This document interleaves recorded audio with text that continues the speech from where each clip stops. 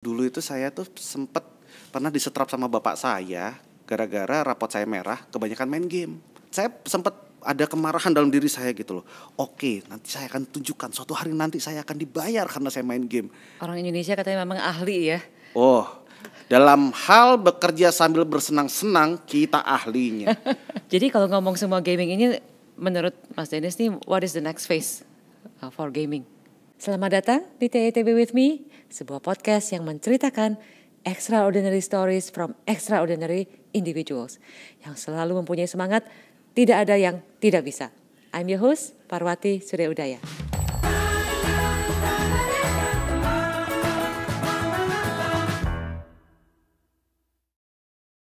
Selamat sore nih Mas Dennis, ini selamat datang di TETB With Me, terima kasih sekali nih. Terima Ini kasih. ngomong-ngomong, ingat gak terakhir kita ketemu nih di Bandung ya? Bandung 2 tahun yang lalu, Bu. 25 April tepatnya, soalnya setahun sebelum ulang tahun ayah. Dan waktu itu kita ketemunya di tempatnya yang agak ini ya, kayak museum gitu ya? Iya, itu museumnya OCBC kan? Iya, museumnya OCBC. Iya. Masih ingat kan menunya apa waktu itu Mas Dennis? Ada bakso, ada mie. Pokoknya itu menu rumahan, saya ingat nih ya. Itu menu rumahan yang biasa diberikan ke tamu kalau Bu Par ada perjamuan gitu ke teman-teman atau handai taulan. Waduh, handai taulan bahasanya. Terima kasih banget diingat, itu memang menunya waktu itu menu khusus, menu rumahan, menu rumah ibu saya. Iya, gitu. Tapi memang terima kasih lagi ya. Sama-sama, Ini saya udah terima kasih. 2 tahun ini, 2 tahun yang luar biasa ya. Hah? Sudah 2 tahun? Saya kira sebulan. Rasanya sangat-sangat cepat sekali. Gitu. Ini pertama-tama, ini Mas Dennis nih sehari-hari ini luar biasa ya. Topi perannya banyak sekali ya.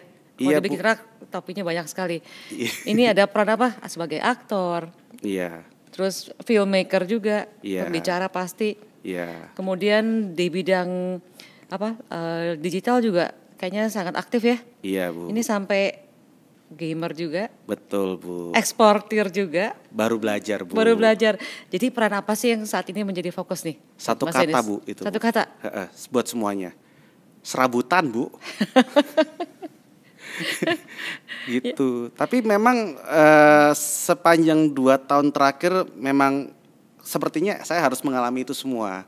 Dan saya rasa itu adalah salah satu bentuk di mana saya tuh harus adaptasi, Bu, gitu loh, dengan situasi kayak gini gitu.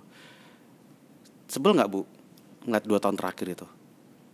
Rasanya belajarnya banyak sekali, jadi nggak boleh sebelin. Semua itu harus disyukuri. Oke. Pasti ada pelajaran yang membuat kita lebih baik lagi ke depannya. Iya sih, mudah-mudahan gitu ya, Bu ya. Nah, kalau saya sendiri sih untuk sekarang saya lagi fokus di bidang aktor lagi, Bu, gitu. Oh, oke. Soalnya sekarang boleh syuting lagi, Bu. Oh. PPKM sudah level 1 soalnya. Jadi akhirnya saya dan teman-teman filmmaker sudah punya pekerjaan lagi gitu. Oke. Jadi fokusnya sekarang kembali ke film. Ya, tapi juga nggak bisa film aja sih, Bu, gitu. Oke. Tapi juga main game juga jalan terus. Karena jadi biasa, Bu. Saya jago loh, Bu, main game. Gara-gara pandemi. Waduh. Bisa Itu diadu. Itu harus didalami nanti ya. Iya. Ini jadi sebenarnya kalau panggilan jiwa tuh tetap sebagai aktor. Kalau panggilan jiwa nih sebenarnya tetap sebagai apa ya?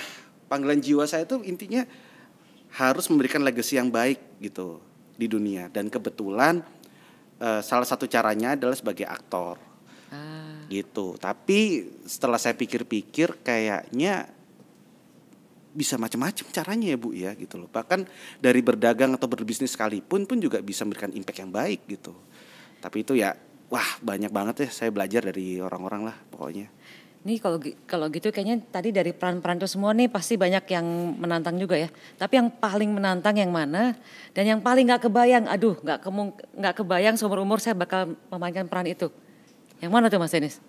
Paling nggak kebayang adalah merasakan menjadi pemain game profesional. Itu nggak pernah nyangka dalam hidup seperti itu, Bu. Kenapa?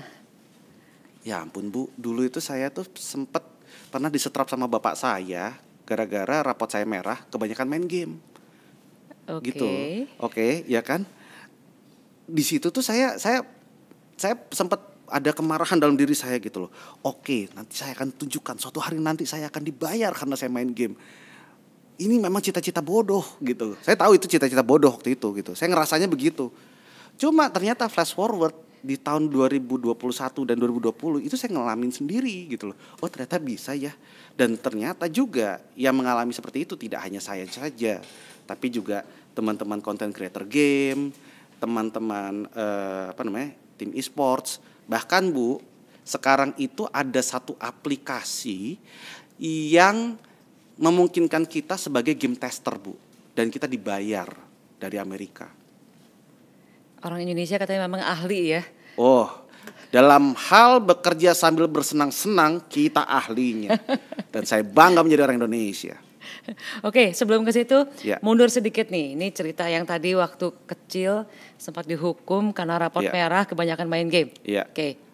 Ini kan memang kalau bicara game ini banyak miskonsepsi atau emang kenyataan kurang juga. Tapi persepsi yang berbeda-beda di masyarakat. Ya. Termasuk tadi ayahnya Mas Denis, termasuk saya sebagai orang tua. Nggak harus ngaku, saya juga punya pandangan negatif. Saya selalu bilang nggak boleh main game kalau hari sekolah. Hanya boleh weekend, itu pun saya batasin 2 jam. Itu waktu anak-anak masih kecil, sekarang sudah gak bisa dibatasin.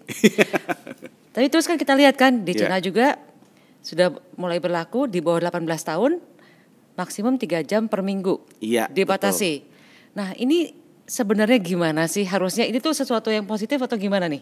Ya, buat saya apapun yang berlebihan pasti negatif Bu, gitu loh. Termasuk game sekalipun.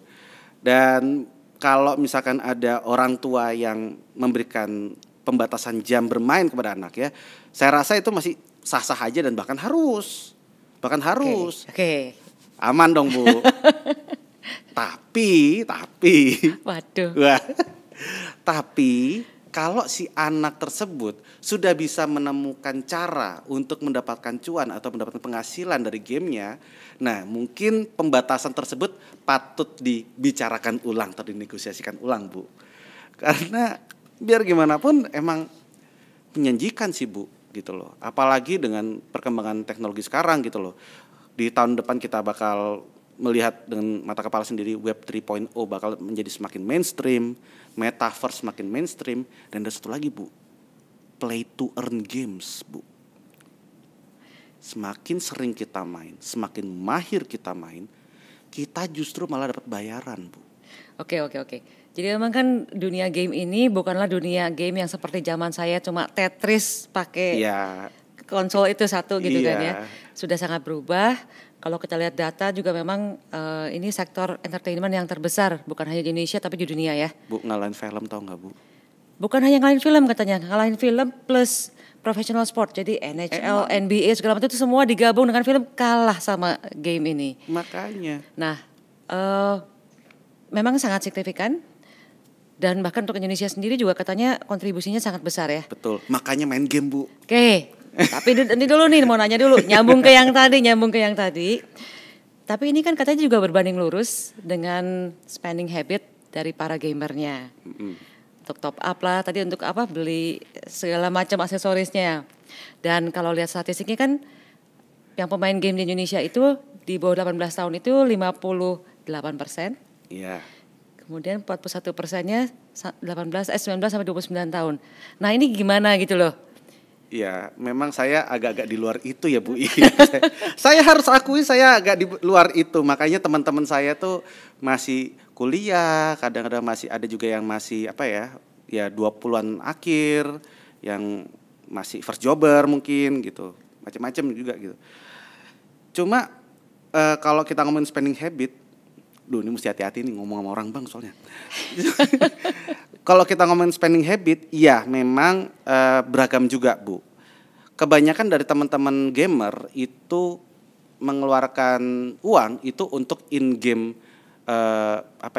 in-game assets, skin, hero, senjata, itu biasanya mereka beli. Dan kebanyakan dari in-game asset tersebut diperoleh lewat, kebanyakan ya Bu ya, lewat sistem namanya gacha Bu. Itu seperti lotre Bu. Jadi kita kayak, Ibu dulu pas kecil pernah main cabutan gak Bu di abang-abang gitu? Ya, ini teman-teman yang lain nih kayaknya kru pada main cabutan semua tuh Bu. Tuh anak-anak cabutan semua tuh Bu. Jadi itu kalau abang-abang cabutan tuh Bu ya gitu. Kita di depan sekolah kita jongkok, terus nanti ada abang-abang jual dia kayak apa sih, kayak lotre ya, gitu ya, semacam itu Bu. Emang dari kecil diajarin judi nih kayak saya. Kalau harganya 100 perak Bu kalau di zaman saya. Kalau kita beruntung kita dapat jam dinding. Buat apa juga anak kecil jam dinding. Tapi kalau kita gagal, kita cuma dapat permen yang aduh kecil banget Bu gitu. Nah, sistem gacha itu seperti itu Bu. Jadi kayak blind box gitu, kita diundi. Nah, itu kalau skin yang pernah saya pribadi paling mahal, itu saya beli 3 juta Bu untuk satu skinnya saja. Cuma buat kelihatan keren. Jadi dengan spending ini gimana nih para gamer ini sebaiknya? Nah, kalau menurut saya, kalau mau spendingnya pakai uang dingin. Nah, itu. Paling gampang itu, satu itu. Kedua, make sure bisa dijual lagi kalau sudah bosen. Itu kalau dari saya. Karena kebanyakan teman-teman tuh masih nggak ngerti gimana cara menjual aset tersebut Bu. Gitu loh. Padahal gampang caranya. Tinggal jual seakun-akunnya aja, itu bisa kok. Gitu. Nah, ini kemarin ada yang nawar akun saya Bu. Akun salah satu game lah ya Bu ya. Itu ditawar 60-an juta Bu. Karena saya punya koleksi skin lumayan gitu loh. Saya bilang, "Oh enggak deh. Saya masih mau main dulu. Ntar kalau harganya udah 200 juta saya lepas buat kamu." gitu. Wah, ini memang dunia gaming ini luar biasa nih ya. Kalau boleh tahu tadi kan sempat ngomong juga nih ada insting judi dan sebagainya ya. Tapi sebetulnya kalau untuk main game yang baik itu apa sih yang lebih penting? Teknisnya atau tadi kemampuan mengambil membaca risiko ya, atau kesabarannya, atau strateginya tuh gimana sih? Dan kalau boleh tahu apakah yang dipelajari di dunia gaming itu diterapkan juga di keseharian atau bahkan di keuangan atau di bisnis? Nah, bagus tuh Bu pertanyaannya. Kalau di sports itu seperti sports lainnya Bu, yang dinilai itu Citius Altius Fortiusnya Bu. Gitu. Apa pula itu? Paling cepat, paling kuat, paling tinggi, intinya itu. Dan siapa yang paling fokus dan siapa yang paling bagus strateginya itu yang paling dinilai. Mirip kayak kita main catur. Seringkali kan kita kan bingung kan, ini kenapa catur masuk olimpiade, olahraga dari mananya, cuma duduk doang kayak bapak-bapak lagi ronda gitu kan. Buat apa gitu. Tapi ada fokus di situ, ada strategi di situ. Dan di game-game e-sports yang baik, terutama yang team based atau mainnya itu bergu, itu ada hal-hal tersebut Bu gitu. Makanya e-sports juga termasuk yang dipertandingkan kemarin di PON. Gitu, di Pekan Olahraga Nasional yang di Papua. Sudah Bu. Sudah asik banget itu. Waduh, Bu. Saya ketinggalan banget nih ya. Rame Bu. Oke. Itu rame dan bahkan hadiahnya aja untuk turnamen e-sports itu sekarang lebih tinggi Bu daripada turnamen olahraga konvensional lainnya. Iya, saya dengar begitu ya sekarang. Iya, itu memang memungkinkan seperti itu. Dan saya rasa ini juga tidak akan berhenti kok sampai di situ saja, karena ya seperti tadi Ibu bilang gitu. Ketika kita lihat kemarin revenue dari e-sport saja itu lebih tinggi daripada revenue olahraga konvensional gitu. Oke. Tapi jadi tadi yang paling penting ujungnya adalah strategi ya. Strategi ya. Dan kemampuan komunikasi dalam kerjasama tim. Itu penting banget. Itu strategi dan teamwork banget. Untuk game itu?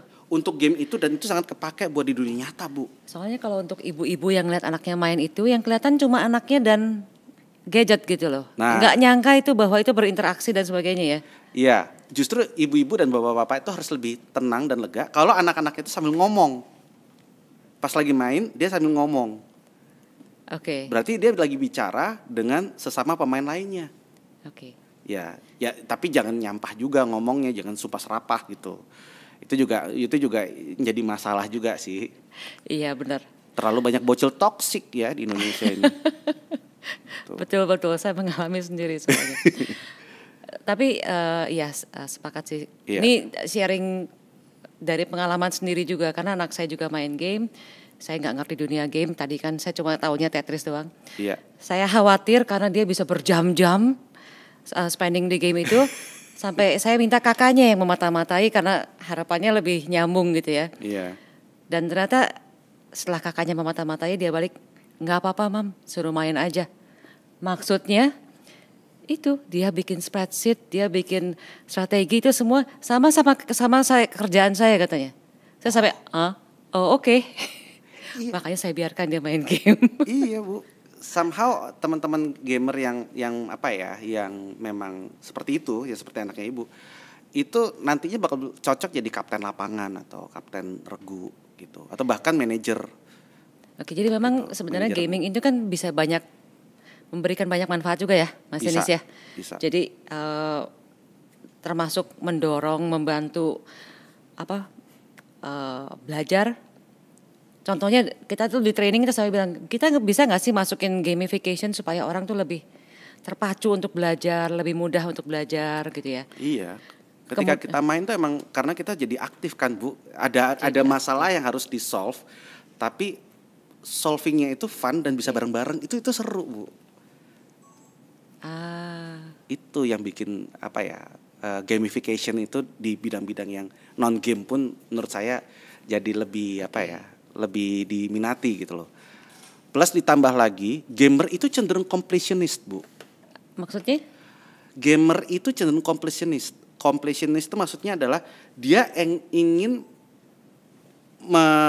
menuntaskan sebuah pekerjaan sekomplit mungkin. Semua gamer begitu? Iya, gamer-gamer tertentu kebanyakan Bu. Contoh, Ibu pernah main Pokemon Go nggak? Saya cuma pernah main Tetris itu. Itu Pokemon lucu banget Bu. Itu jalan-jalan terus habis itu ngumpulin Pokemon dunia maya. Saya tahu anak saya ngumpulin itu, iya saya tahu. Nah, itu kan ada sekitar 500-an Pokemon tersebar kan. Iya. Kalau kita baru kekumpul 100 aja, kan gemes Bu. Aduh, tinggal 400 lagi, padahal masih banyak gitu kan. Oke. Cicil gitu. Begitu juga dengan kalau misalkan kita lagi main game juga Bu gitu loh. Ada game yang genrenya MOBA itu tujuannya adalah menghancurkan benteng musuh. Nah, benteng musuh itu kan ada 1, 2, 3, 4, 5, 6, 7. Ada 7 Bu. Ya kan? Benteng kita juga ada 7. Tugas kita adalah menghancurkan benteng musuh dan kita jangan sampai diserang bentengnya juga kan Bu. Sebagai gamer completionist yang baik, dia pasti akan menjaga sebisa mungkin seluruh benteng yang ada itu tetap utuh. Kalau enggak, rasanya Bu, hancur 1 benteng, hancur 2 benteng. Walaupun menang tapi kayak, jelek banget sih saya. Ini semua diterapkan gak sih dalam keseharian atau dalam bisnis beneran atau dalam mengatur keuangan? Nah kalau saya sih iya, nggak tahu yang lain ya. Contohnya gimana? Nih contohnya. Kalau misalkan saya misalkan ketika saya dapat duit, ya kan, saya dapat penghasilan, selalu ada checklist Bu. Dari uang tersebut sekian, misalkan 50% atau 40% itu buat kehidupan sehari-hari, operasional, dan ada foya-foyanya. Oke. Nah, 50% lainnya, 10% ditabung sebagai uang cadangan. Uang ya istilahnya kalau ada apa-apa pakai itu. 40%-nya baru nih. Itu saya selalu ada semacam checklistnya. Sekian buat saham dan reksadana, sekian mungkin buat aset digital lainnya gitu. Atau sekian buat cicil properti gitu. Karena saya pengen nanti suatu hari nanti bisa punya rumah di Bali. Amin gitu ya. Itu selalu saya checklist gitu. Soalnya kalau sampai saya nggak ngelakuin salah satunya gitu, itu saya ngerasa kayak nggak komplit aja. Itu sih. Kalau saya gitu Bu. Oke. Gitu. Oke. Nah ini kembali ke bagaimana supaya gaming ini bisa menjadi sesuatu yang positif ya. Iya. Lebih banyak manfaatnya daripada mudaratnya. Ya. Ini bahkan saya dengar gaming itu juga bahkan bisa dipakai untuk membantu orang-orang lanjut usia untuk lebih delay Alzheimer dan sebagainya ya. Nah betul. Kalau dulu kan ada yang terapi Alzheimer tuh pakai sering-sering main catur ya, sering-sering main piano. Sekarang ya. main game ya. Main TikTok aja bisa Bu gitu. Karena TikTok kan juga mesti ngapalin gerakan Bu. Coba gini gitu. Gini itu kan juga ngapalin gitu. Itu juga sebenarnya TikTok itu juga gamification Bu gitu loh. Oke. Jadi gimana caranya nih supaya kita buat gaming ini menjadi satu gerakan yang bahkan membawa banyak manfaat untuk masyarakat, untuk ekonomi, Nah, untuk itu bagus banget sih Bu gitu loh. Itu juga sesuatu yang saya baru sadari belakangan kayak 2 tahun 3 tahun terakhir gitu loh. Saya sadar bahwa kalau misalkan saya main game, apalagi terlalu larut dalam permainan, saya bisa membuang waktu begitu banyak.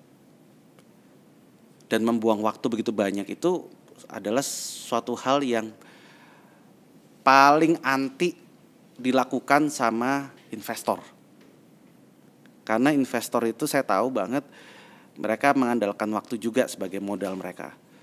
Jadi sekarang ketika saya main game, saya harus mikirin, oke, saya kalau main game ini saya akan mengeluarkan waktu sekian lama, uang sekian banyak, upaya sekian banyak. Rewardnya adalah apa saja. Itu saya selalu bisa pikirin secara bawah sadar saya. Gitu loh. Kalau rewardnya cuma kesenangan saja, itu belum cukup Bu. Kalau rewardnya adalah kesenangan dan kemahiran, saya bisa pakai kemahiran tersebut untuk mencari uang. Gitu. Kalau rewardnya adalah kesenangan, kemahiran, dan digital aset yang bisa diperjualbelikan kembali, saya bisa dapat duit lagi di situ. Makanya saya nggak main sembarang game Bu. Saya cari yang memang ya in-game asetnya itu bisa dijual lagi. Atau kalau saya jago di sini, saya mahir di sini, nanti bisa berimbas pada follower Instagram saya gitu. Itu Amin. penting gitu Bu. Iya. Karena ketika saya ada satu main game ya Bu ya, itu genrenya MOBA. Begitu saya main, terus saya kasih tahu ke follower saya, bermunculan tuh Bu follower baru yang dari Gen Z, market yang memang tadinya mungkin belum tahu saya gitu ya, menjadi tahu saya. Mereka menganggap saya jadi kayak, wah lucu juga nih Dennis kayak paman-paman yang bisa diajak main game bareng gitu. Nyambung gitu ya. Jadi nyambung. Nah pas lagi lagi main game kayak gitu, pas kita lagi istirahat, sesekali mereka juga nanya, Bang atau Om, saya lagi pengen cari kerjaan nih, ada tempat kerja nggak di tempatmu gitu. Saya justru malah bilang, kenapa kamu nggak dagang aja, kenapa kamu nggak bisnis reseller aja, kenapa kamu nggak jualan ini, di tempat kamu ada apa. Itu menjadi sebuah komunitas kecil yang akhirnya buat saya priceless gitu loh.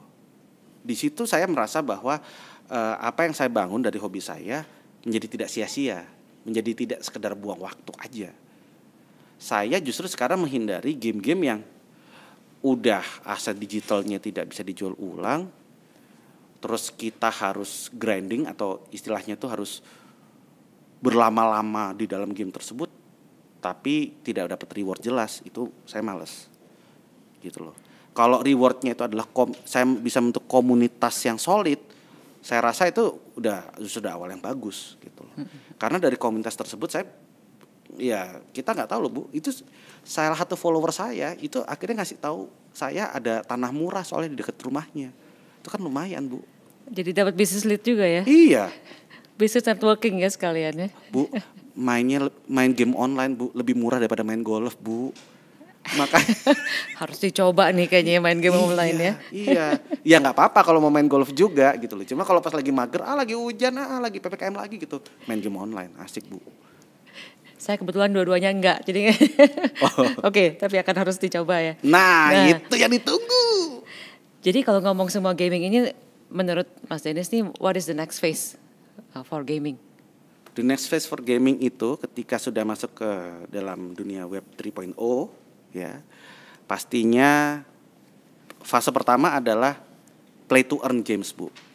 Yaitu tadi yang seperti saya bahas, bahwa ketika kita main, semakin kita mahir dan semakin kita lama di dalam game tersebut, kita akan dikasih reward berupa aset digital yang bisa dijual ulang gitu. Dan ketika dijual ulang, yang dapat untung tuh mayoritasnya kita sebagai pemain. Satu itu. Kedua, metaverse, yaitu kita bisa punya semacam istilahnya ya, avatar di dalam dunia digital yang kita yang mana kita bisa hidup di dalamnya, hidup di dalamnya gitu ya, sebagai dunia. Dan kita punya representasi bentuk fisik kita, termasuk rumahnya, propertinya, barang-barangnya sekaligus. Jadi ada kita versi digital di dunia digital, kayak Mark Zuckerberg kemarin di video metanya dia itu, Bu. Kita akan ke arah situ. Itu sih. Jadi masing-masing kita akan punya 2 alam. Kita masing-masing kan punya 2 alam. Mungkin yang terjadi adalah kita kaya di alam kedua daripada alam pertama mungkin. Kita hedon di alam kedua, tapi ternyata di alam pertama, wow susah sekali hidupku gitu. Itu bisa terjadi. Makanya sekali lagi buat teman-teman atau mungkin buat kita semua ini juga, buat Dennis Adiswara yang mendengar podcast ini di kemudian hari ya, dengar Dennis, jangan spending banyak-banyak kalau kamu tahu itu nggak bakalan ada returnnya. Dah itu. Terima kasih Bu sudah mengundang saya di sini. Ini saya bisa mengingatkan saya di kemudian hari. Ini beneran nih. Kadang-kadang saya suka lost gitu kadang-kadang gitu loh. Apalagi kalau gacha. Tahu nggak Bu, saya pernah sampai belanja 10 juta Bu buat skin doang. Terus nyeselnya berapa lama setelah itu? Seminggu. Seminggu tuh langsung oke, aku harus kerja keras. Hey manajer, carikan aku pekerjaan. Gitu. Harus recover ya. Iya, cepetan. Nyesel banget. Gitu. Iya, nyesel banget gitu loh. Tapi ya udah itu pelajaran banget sih gitu loh, supaya nggak terlalu kalap gitu kan Bu. Gitu. Jadi gimana caranya supaya nggak terlalu kalap? Supaya nggak terlalu kalap, mungkin caranya adalah mesti kalap sekali dulu baru nyesel. Ketika kita menyesal itulah baru kita bisa mengontrol. Iya Bu, susah emang Bu. Susah. Jadi harus belajar ya dari kekalapan-kekalapannya. Belajar dari kekalapan dan kekilafan itu emang pelajaran berharga. Tapi mudah-mudahan teman-teman pendengar bisa belajar dari kekilafan saya. Itu lebih bijak. Ini jadi kalau tadi kan di awal dikatakan senang nih udah kembali nih dunia film. Itu dunia film alam ketiga bukan? Bukan ya? Bu, saya baru nyadar gitu juga sih ya. Bener juga, itu alam ketiga saya ya. Jangan-jangan karena selama ini dunia filmnya belum ada jadi nyari alam lain itu loh. Ya ampun. Berarti cita-cita saya jadi jin kesampaian juga ya. Gila, jin 3 dunia Bu saya Bu. Jin 3 dunia. Iya. Wah, ini jadi judul nih, Dennis, cara menjadi jin 3 dunia gitu. Ini tadi kayaknya kan memang ternyata 2 tahun ini tidak disia-siakan sama Mas Dennis ya. Iya, mudah-mudahan ya Bu ya. Ini mudah-mudahan loh Bu. Hari ini saya banyak belajar dari kacamata seorang gamer. Iya. Ya. Jadi saya bisa lebih nyambung juga sama anak saya sekarang. Tadi menurut Mas Dennis kira-kira sebetulnya seberapa penting sih untuk kita untuk selalu melihat, belajar dari sudut pandang yang berbeda ya, atau sudut pandang yang baru? Wah, sangat-sangat harus dan penting Bu kalau itu Bu. Sebenarnya hari ini pun juga saya senang banget diundang sama Bu Par dan Ibu banyak nanya loh tentang dunia game loh Bu. Ibu benar-benar penasaran, itu saya juga wow. Berarti memang kita harus senantiasa beradaptasi dan banyak nanya ke orang-orang yang mungkin bukan di dunianya kita gitu. Hal tersebut penting karena ya di dalam dunia yang sangat-sangat cepat berubah dan tidak terduga ini kan kita harus cepat-cepat adaptasi Bu. Dan semakin banyak informasi yang kita terima, walaupun awalnya itu berbeda-beda Bu, tapi suatu hari nanti pasti akan bisa kita ini kok akan berguna kok gitu loh. Dan kalau bisa memang ketika kita belajar hal-hal baru gitu ya, seperti saya mungkin habis acara podcast ini saya akan tanya-tanya sama Bu Par lagi nih yang lebih dalam ya, asik. Apa tuh? Ya pokoknya tentang mengurus keuangan Bu, tenang aja Bu gitu, mengurus keuangan yang baik. Banyak hal yang ketika kita pelajari dan itu berbeda-beda, itu akan kepake menjadi skill baru. Dan menurut saya ketika suatu hari nanti uang saya habis atau secara tidak sengaja menghabiskan uang saya tahu skill saya bisa buat cari uang. Apapun itu skill yang saya pelajari dari siapapun. Itu sifat keterbukaan kita terhadap ilmu baru itu harus ada makanya. Walaupun uang boleh habis, tapi yang namanya skill cari uang nggak ada habisnya Bu. Itu sih. Itu yang selalu saya percaya. Makanya saya selalu invest in myself. Pertama itu selalu itu, invest in myself. Caranya dengan ngobrol sama orang-orang yang lebih jago, ngobrol sama orang-orang yang lebih berpengalaman, minta ilmu mereka. Baru invest yang lain pakai uang dingin gitu. Waduh, ini makasih banyak nih Mas Denis hari ini sharingnya, senang ketemu lagi. Ya. Ini kalau boleh saya summary ya, Ya. 3 key take away dari obrolan kita. Yang pertama ini ternyata dalam suasana seperti COVID pun di mana begitu sulit, begitu banyak yang hal positif yang bisa diambil ya. Dari semua peran ternyata yang dijalani sama Mas Denis dan ternyata pelajarannya banyak sekali ya. Jadi segala sesuatu yang negatif dilihat positifnya pasti ada. Iya. Jalan keluarin situ ya. Yang kedua, buat para orang tua yang selalu khawatir anaknya terlalu banyak main game, ternyata ada juga manfaat-manfaatnya. Misalnya seperti mereka belajar strategi ya, belajar tadi team based komunikasi ya. Yes. Kemudian yang ketiga, dalam segala sesuatunya jangan lupa apa tadi, dilihat skill yang dilakukan, waktu yang diluangkan, kesenangan yang didapatkan ya, terus plus asetnya. Kalau ya itu baru bijak. Iya. Gitu ya. Baru kita sikat, kita jalanin gitu. Kapan kita mabar, Bu? Asik. Oke, makasih banyak ya Mas Denis ya. Iya, sama-sama. Mari. Terima kasih Bu Par. Terima kasih sudah mendengarkan podcast TITB with me. Leave your comment atau feedback di Instagram saya @parwati_suryaudaya. Sampai jumpa di podcast selanjutnya dan live your life dengan semangat. Tidak ada yang tidak bisa.